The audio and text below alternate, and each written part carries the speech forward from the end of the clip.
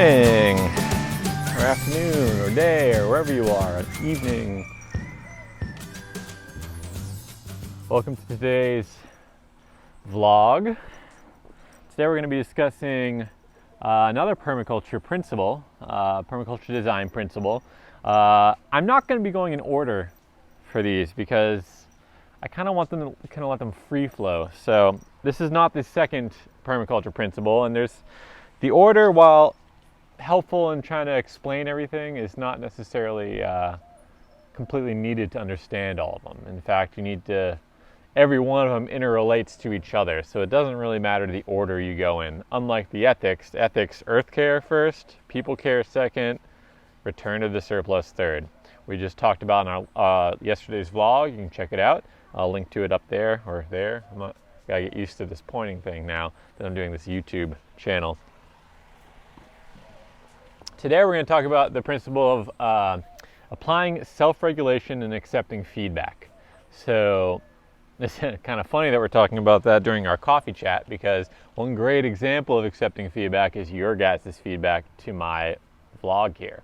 Because I'm just starting this. I'm still learning, and I'm perfectly happy to share that process with you guys, because I think it's important to see that these permaculture principles are not just about working in the garden. It's about living life. It's about using these principles as a guide as you're moving through life, because they really can help you make the right decisions and also help you improve. So accepting feedback of less coffee time from my brother-in-law Chris. I gave him a little shout out yesterday, and again, Chris, thank you for that feedback. I appreciate it. I will not spend as much time in coffee time this little morning intro session. However, it is a great way for me to introduce a topic, so I will continue to do it. So thank you for that feedback. I'll do less just sitting and drinking coffee and more talking. I think that'll help all of us. But that's a great example, and I'm being very honest. I'm not trying to play a joke here. I'm being very honest. That kind of feedback from you guys really helps me deliver a better product for you guys. Product being this video, better content. So, cat's hunting a lizard down here. So we're going to talk about that, and we're just going to take a bunch of stops through the garden. It's going to be the easiest way for me to describe all the specific little details of this specific principle. So we're going to start actually right up here and discuss the garden bed layout and how it was all set up from the beginning and what needed to change based on the regulation I saw, and we're going to go from there. So let's get moving. All right.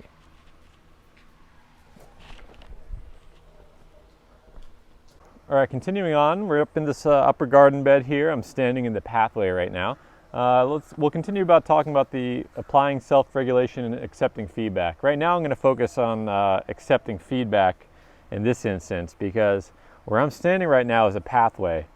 But originally, when I first built this bed up here, I actually had it going right from these rocks over here straight across all the way, because I thought this nice upper bed followed the clothesline that we have here that we want to make sure we keep open and available. So I knew there's going to be a decent amount of sun hitting here all the time, and I just wanted a nice long bed so I can plant long rows of whatever crop I wanted to. Well, as I started that and I got it up and running, I found that in those really intense rainy times, this bed would actually be essentially flooded. It would just be completely sopping wet. So when I first got the bed up and running, I put the new compost, prepped all the soil, did all the things you need to do, and then filled up this, kind of got everything ready, and I seeded it. I planted some transplants, did great. Things kind of began to work and everything, and then a lot of rain came, as it does here in the tropics. And what I noticed was, from about here over, everything was growing just fine. Everything, like the seeds were sprouting, everything was happy. But from here this way, right here, it was just nothing. Absolutely nothing was growing. So I was kind of wondering about that. I couldn't really tell what was going on, but I was recognizing that the garden was giving me some sort of feedback. It was saying, right here, whatever you planted is not ideal, or the garden bed itself is not working. So, at the same time, I don't want to just take action immediately. I don't want to just say, okay, this is the problem, I'm going to do it. I'm just going to observe. Again, this goes back into another design principle of the observe and interact, really taking your time to figure out what's going on. The bed here, I noticed that nothing was really growing right here. So I watched it over some time, and then one day when a really heavy rain came, I recognized that this entire area right here was completely flooded, and it was actually overflowing right next to this rock and down the property. So that's when I recognized, okay, I'm accepting the feedback that right here, this is a drainage point in my property. And me putting up a big old wall of soil, I was trying to dam it back. I was trying to keep all that water back. And it just, what ends up happening is then it would start flooding, and then it would flood outwards to the rest of these beds, and then that would negatively affect the rest of the bed. So what I decided to do was redesign this bed to have just a small little bed over here next to these rocks, for things that like a little more heat and dryness, because these rocks will absorb all the heat from the sun throughout the day, warm up, help dry the soil a little bit. And I noticed there's just a beautiful avocado that just one of the avocado pits we threw out here just started growing, and it's loving it right there. So I'm accepting that feedback. This plant is telling me, hey, I like it here, I want to grow here, so I'm going to allow it to grow. We'll talk about this bed in a minute, but all I basically did was take these coconut husks, like I did in another vlog in another garden, and I just lined the area to help build up the bed here, and decided to create a little pathway that also serves as a drainage point for this bed. So there's a bed here, there's a bed over here, and there's a bed over here. And in between here is my drainage. Now, just yesterday I had harvested most of the kind of mulch material that I threw down here to add to that garden up there. And that's why this seems a little bare right now. But usually I'd have this nice and deeply mulched just to help protect whatever soil is there. But another little thing I did here was I added a small little 2x4 going across right at the base. And what this does is it kind of serves as a sill, a level sill overspill. So the water that does collect and start gathering up here, it comes down and it hits this sill. And it's not going to overflow from this sill until the water level gets backed up to about here. So right about, if the water ends up being this high, it's going to start flowing. Before that though, that water is able to kind of slowly soak in, move into these beds a little bit before it goes this way. But when we have those heavy rain flows, especially here in the tropics, water needs to flow. You can't stop it, or you're just going to be fighting a constant problem of erosion. So this redesign was all based on the feedback that was given to me by the garden. Now, we as garden managers or designers, it seems like we have all the control. We have all the power. I'm putting a bed here. This is where it's gonna be. But in reality, we know almost nothing in reality about what it is that all of our little ecosystem here really needs. We can kind of understand what's going on in the soil and what's going on with the climate and all that, but the reality is I can put a plant here and it can just die off even though it's in great condition because of something I don't know. And I just have to accept that feedback and know, okay, you're not supposed to be here, and that's okay with me. This avocado, like I mentioned earlier, it's doing great here. It grew from a pit that we threw here as part of this compost that we used to put over here, and it's just growing, and it's really healthy. I haven't done anything to help this guy along, and it's booming. So I'm accepting the feedback that this is a good place for an avocado, and I'm going to allow it to grow here. I also grow flowers to help increase my pollination potential on the property, because I don't want to have to do the work of pollinating myself. I don't want to go hand pollinate everything. I want the various insects and pollinators to come to my property to do this. Flowers also often attract pest predators, so the things that eat the pests that are detrimental to your crops. So having a very large, diverse set of flowers and various other insect attractors to your property is always a benefit, and definitely something I'd recommend. All right, so another part of self-regulation, accepting feedback here, is that, ooh, look at this, we got a little little cherry tomato that fell off the vine. I'm going to throw that there and maybe it'll make new ones. Another great way to think about accepting feedback is actually just watching what's going around on the property.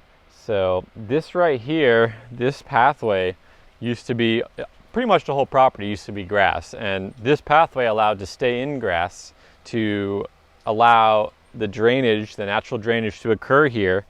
But what I noticed was when we started really getting active on this site and really being here a lot, and I was out here every day managing it as we kind of got the garden up and running. As I walked here more and more, and as I walked on that side of the garden up and down more and more, I was starting to degrade the land. I was starting to destroy that grass coverage by the walking and the trampling. And then as we started to get heavy rains here, it was destroying the grass, and it was slowly starting to erode the soil that we had here. So I had to really think about that. I had to say, okay, well, I do need to walk throughout the property. That's a given. I need to do that. But in this specific area where we do get a lot of water flow, I'm going to think about how I design that to work with what I'm seeing, with that feedback I'm getting. I'm showing here, I walk here a lot, therefore I need to reinforce it. So what I ended up doing is designing this pathway to actually be a gravel pathway along this part of the route, because this is our main route up and down the garden. It's our kind of main thoroughfare. And I did the same exact thing with our path going over to the chickens from our back door. So now we have basically like a highway where we're reinforcing where we're walking so that we can keep it there, so that we don't disturb the soil and cause erosion, and we're able to walk up and down this without hurting the land. So by establishing this path and accepting the feedback that right here is a sensitive area to have a lot of walking, I reinforce that area and I'm allowing it to stay put over time as we continue to walk up and down this property. So the idea is we want to discourage inappropriate behavior.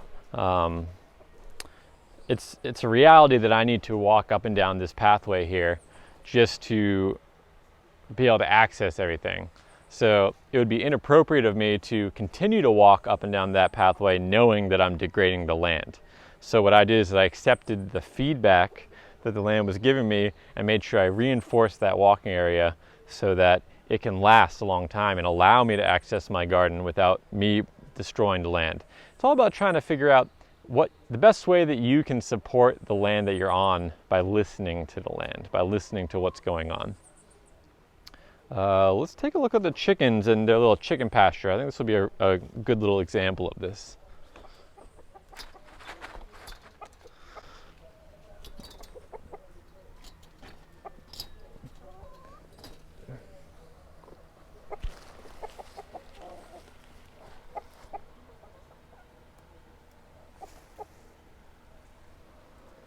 Good morning, guys. They don't usually get to come out first thing in the morning, so they're a little confused as to what's going on.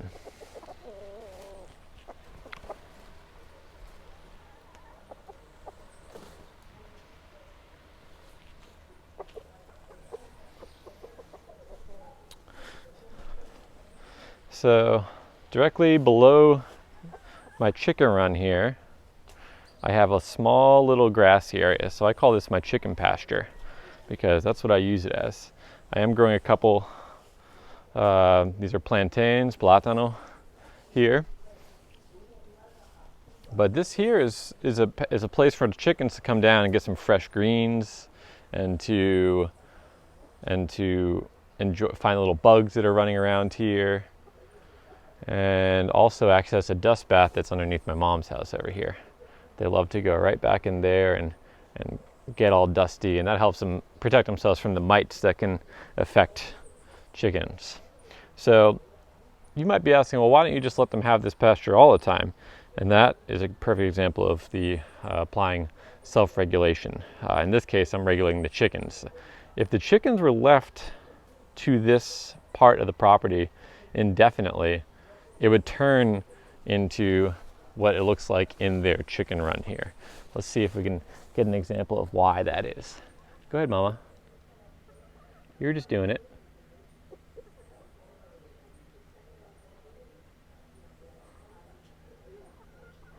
she's getting camera shy, but what she was just doing was scratching. So you can see right down here, you're starting to see some bare soil there.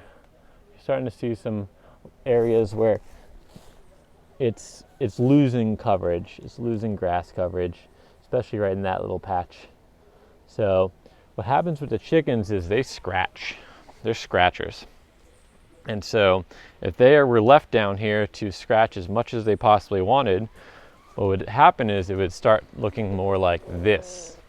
Now, of course, this is a little compost area, and that's what all this is here. But up there, up in this little spot, you can see this is the result. This was all grass when we started. And this, we just, oh, there's a rooster doing his little rooster dance for me. Come on. He won't actually hurt me if you're worried or wondering about that. He's a very sweet guy. He just wants to show off that he's in charge here, and I respect that. But here, this bare soil right here, which I do need to cover, we just got 2 days of a lot of rain, so all the bedding and everything that I had placed here the other day got washed down, and the chickens, as chickens do, as we're discussing, they scratched. So if you leave chickens on a patch of land for too long, it's going to start looking like this. They're going to take all of your grass and they're going to scratch it away. As is starting to happen over here.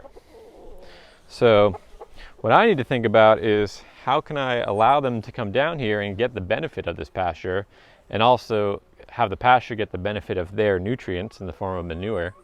And they also help regulate the system by eating any pests that might be living down here and breaking all those kind of pest cycles that could be occurring in this little part of our property. So allowing them to come down here, they're actually regulating it for me, and I'm regulating their access to this area by having that gate at the bottom of their run. So I let them out here. I usually don't let them out here if it's been raining a lot, and this is kind of an exception. It's been raining a lot the past 2 days. Let's see if we can get a close-up on her here.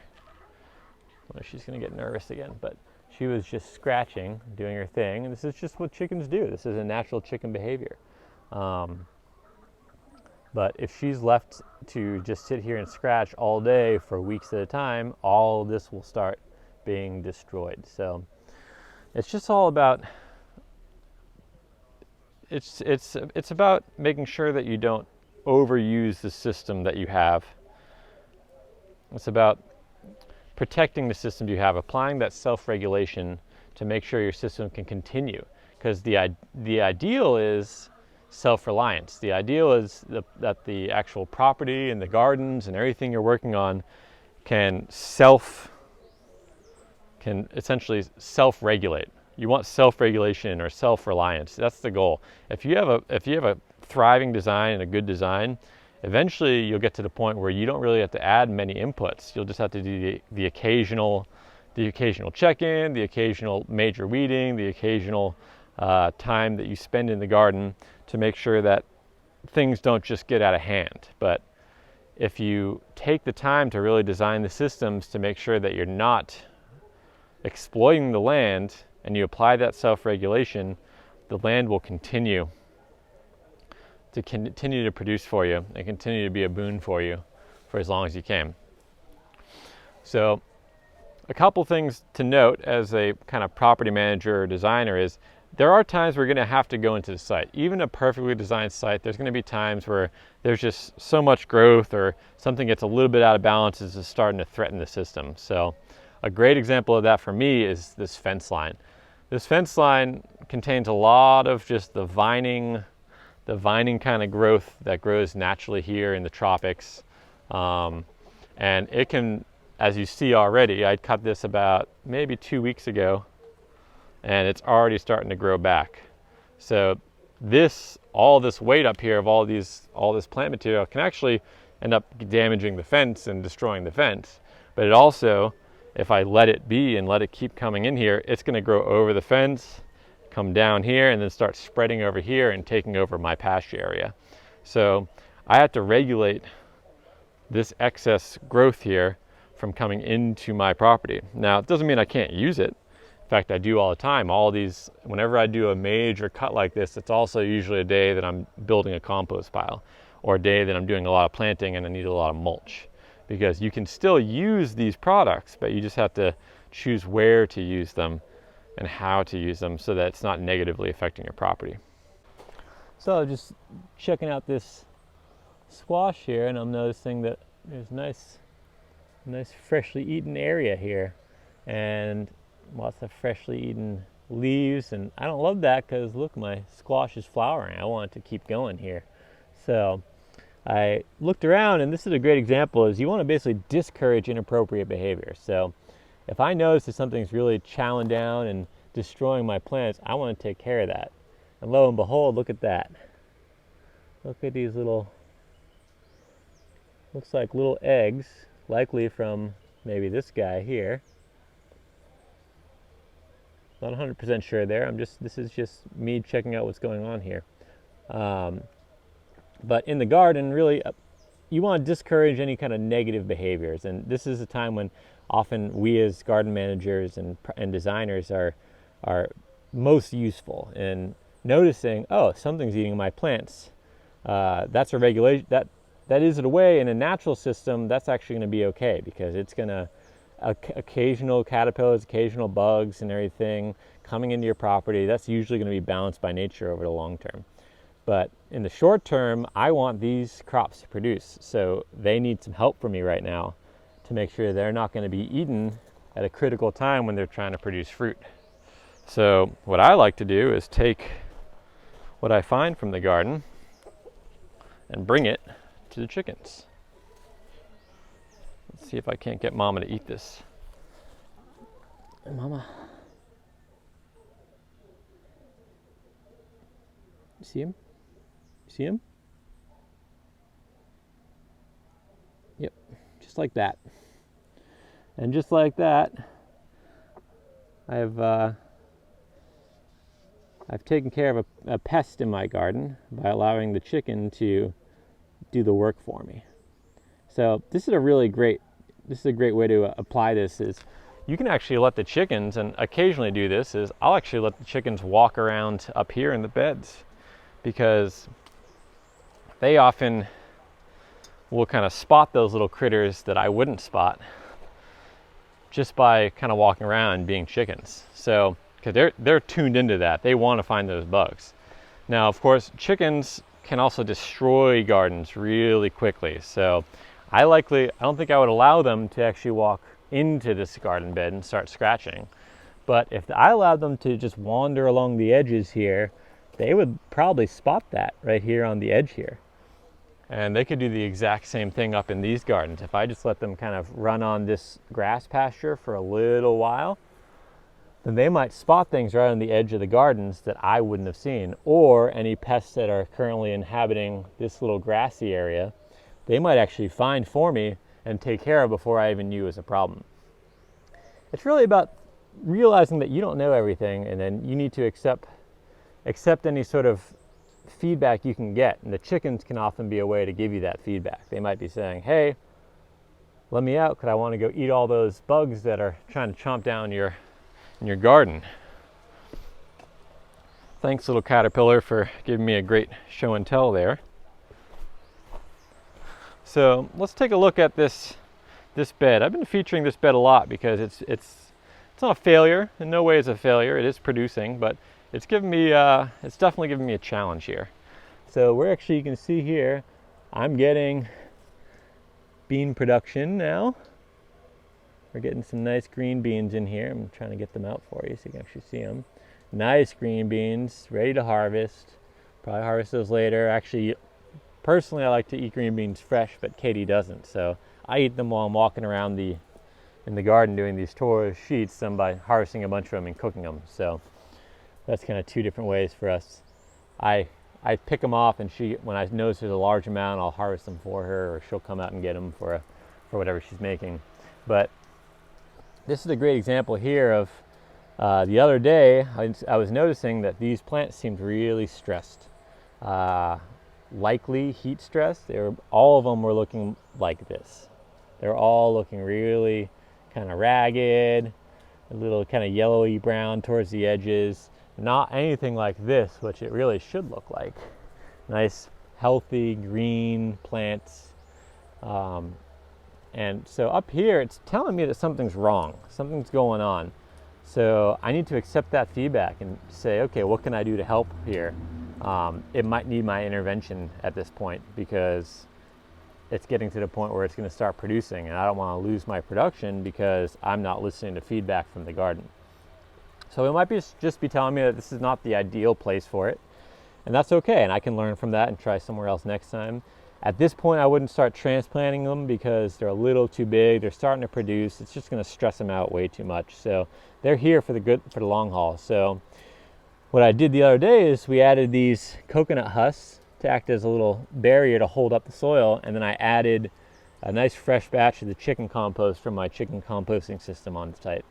So I added that compost. We gave it a nice deep water, and then we've had a lot of rain the past few days, so it helped wash all those little microbes down into the soil, into the pore spaces, and they're probably now starting to help build the structure of the soil and aid with the water retention, because this big rock here in the middle of the day, it's going to heat up with all that thermal energy coming from the sun. All that sunlight is going to heat up this rock, and then that rock's going to emanate heat into the soil here, which is likely going to dry it out much faster than potentially down here, where there's not a huge rock right there.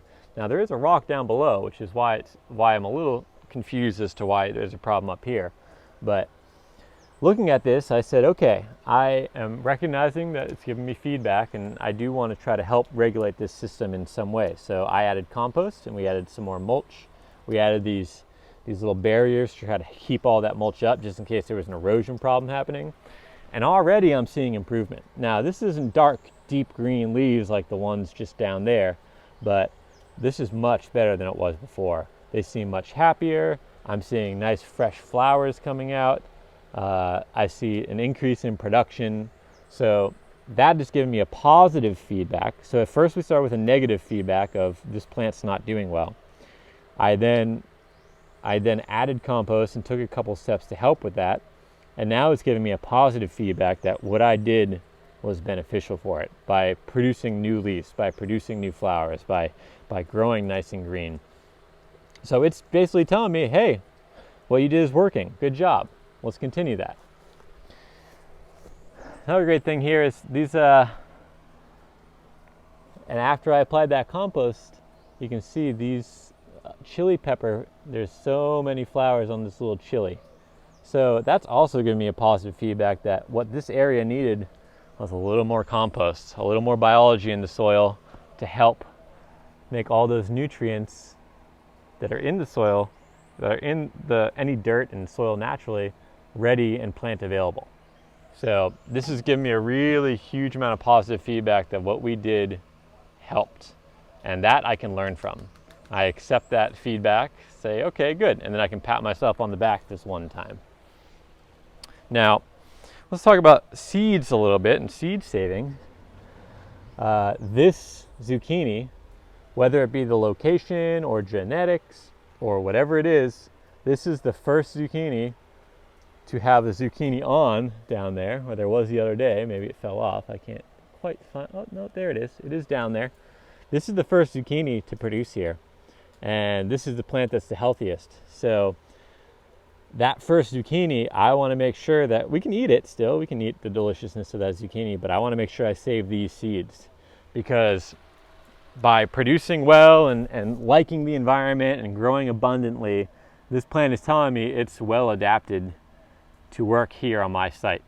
So I want to take that information, accept that positive feedback of, hey, look, I grow well here, and I want to allow that to continue by saving those seeds. We did the exact same thing with these cucumbers that are growing, and they're actually just now starting to produce their first true leaf, so I can actually start thinking about transplanting these guys out. So these right here, I planted this whole tray at the same exact time. This group of 10 blocks here was planted with the original seeds that I got for this cucumber. This group of 10 was planted with seeds that we collected from our first really well-producing cucumber. And look at that. These ones, I got 5 growing out of this one versus 1 growing out of this one. Now, of course, that's partially to do with how I'm saving the seeds, and it's partially to do with just, you know, the mix of the soil and all that. I don't know. And that's something to recognize. We can't think that we know everything, and we are the ones that are in control here, because the reality is we don't. We just need to accept the feedback and work with that feedback. But this feedback is telling me that this specific cucumber and the genetics from this cucumber are really well adapted to growing on my site. So these cucumbers are going to go out into the garden, and I'm likely going to put them actually right where I was attempting to grow pole beans, because none of my pole beans are coming up, which means it's likely a bad batch of seeds, or it's telling me that right here is not a good place for beans. But it's pretty rare to have a place that's not great for beans, because beans are pretty self-sufficient. They can make their own nitrogen through relationships in the soil with the rhizobacteria. So they don't need much to survive, and they're usually the first things that would pop up, but they are not popping up. So this trellis I might actually use as a cucumber trellis instead of a bean trellis. But using that positive feedback of those cucumbers doing well on my site allows me to help make that decision. So these guys hopefully will be producing lots and lots of cucumbers for us. And they're actually seeds saved from this land, and they are originally growing right here where these squash are right now. So I think that's pretty cool. That's a cool example of accepting that positive feedback, taking action on that positive feedback, and then moving forward in your garden with it. Definitely positive feedback here. Sweet potatoes love to grow here. Also, sunflowers are doing pretty well. They're starting. We got another bloom coming on, just opening up today. Very excited to see more of these guys. So what I'm doing here is basically just adding bedding to help keep this area dry, to protect the soil here, to protect the chickens from being too soggy, having their feet on areas that are just too soggy. But it's really just accepting the feedback that right here, it's telling me that it's time to add bedding because I'm starting to see bare soil. And here, I do want to continue that discussion by using this proverb. So a common proverb associated with this principle is the sins of the father are carried unto the children of the 7th generation. It's a pretty common proverb, but essentially it's a warning that negative feedback is often really slow to emerge. So we might be doing something on our property that we don't even realize is negative, that we don't even realize is going to have a bad effect on the property. And that's just because it takes a long time to really start that. Because your soil and property and land and everything, it's really resilient. It knows how to keep going. Mother Nature has developed all these systems to make sure that things keep producing. I know, but to make sure that things keep producing, even if we as humans start kind of messing with things a little bit. But over time, if that same exact mistake is repeated and repeated and repeated, that's when the problem starts happening. And we might, in our lifetimes, never see the negative feedback of our actions. So we really need to take steps and just apply that self-regulation. We have to say, okay, I know that I could cause erosion and I could cause some negative effects here by having these chickens here long term. So what do? I need to make sure I have deep bedding so that it protects the soil underneath. It prevents any extra erosion that might happen from all the rain here. And I'm not washing a huge excess amount of nutrient from the manure here down into my local watershed.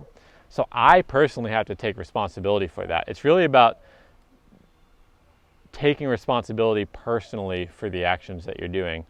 So you have to realize what's going on in your garden and your land, and you have to be able to apply self-regulation to your garden and help your garden apply self-regulation, but also accept the feedback from your garden. What's going on in your garden? What does it need? What does it want? Hey, mama, what do your chickens need? What do they want?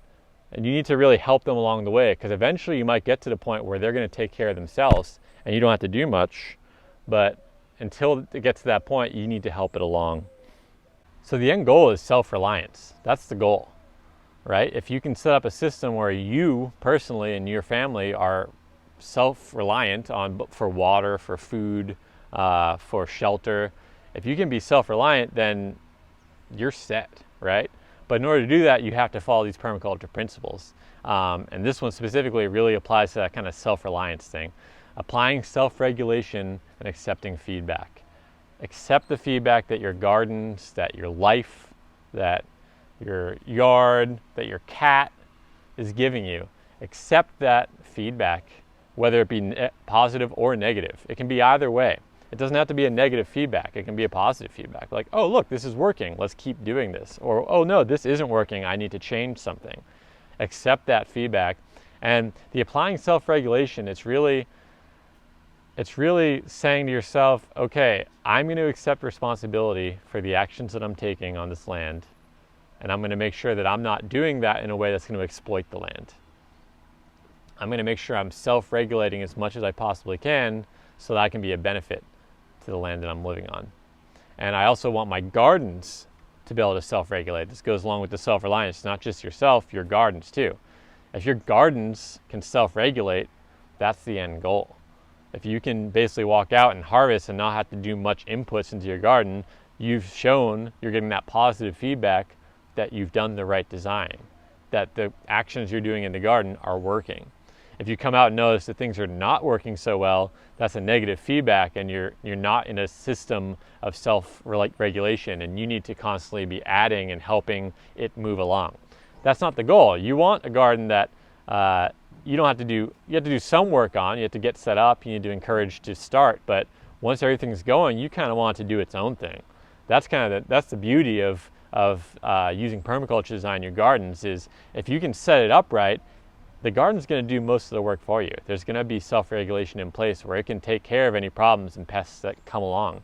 And if you can couple that with using chickens to help go through your garden and pick out any of those little pests that might be along the way, or living in the grass along the edges of your gardens, they can help you do that too. You don't have to do it alone. Try to use natural systems as much as you possibly can in your designs, because those natural systems have been developed over millennia. They know what they're doing. Plant the flowers to attract the beneficial pest predators. So if you have those aphids, plant things that are going to attract the ladybugs to eat all those aphids before they become a problem. If you notice a lot of aphids, you have to say, oh, that's the negative feedback that I'm seeing, and I'm accepting that feedback and saying I need to do something about it by bringing in a predator for those aphids, or by taking action myself by doing a spray or something like that. All right, guys, that's it for today's blog on the permaculture design principle of apply self-regulation and accept feedback. If you like what you saw, please like and subscribe to this YouTube channel. It really helps me get more reach and reach a bigger audience, and help share this message with as many people as possible. Please share it with your friends too. If you have a community that could use any of this knowledge, please share it into those communities, because that really helps me get the word out, like I was saying. Hope you all have a great day, and hope you've learned something from this. And my challenge to you is basically go out there and start accepting that feedback from your garden, positive or negative. You just gotta ignore any preconceived notions you may have of what's right and what's wrong. Go out there and listen to the garden. It's gonna tell you. It's gonna tell you what to do. Same with your soil. If you see lots of bare soil and everything, maybe eroding soil that doesn't look too healthy, you gotta accept that feedback and do something about it. It's just learning about you're not in control. Despite you being the one that thinks you're in control, you're the ones who can pull all the plants out, put all the plants in, add the compost, all that. You're not actually the one in control, because you don't know all the relationships that are happening within the soil with all the pest predators and all that are coming into the garden. So really accept the feedback that you're actually visually seeing, and you can actually get proof of right in the garden before you take any action. Listen to what the garden is telling you. Don't tell the garden what to do. Believe me, it'll help you along your path to growing all your own food and becoming self-reliant in the long term. Have a great day, guys.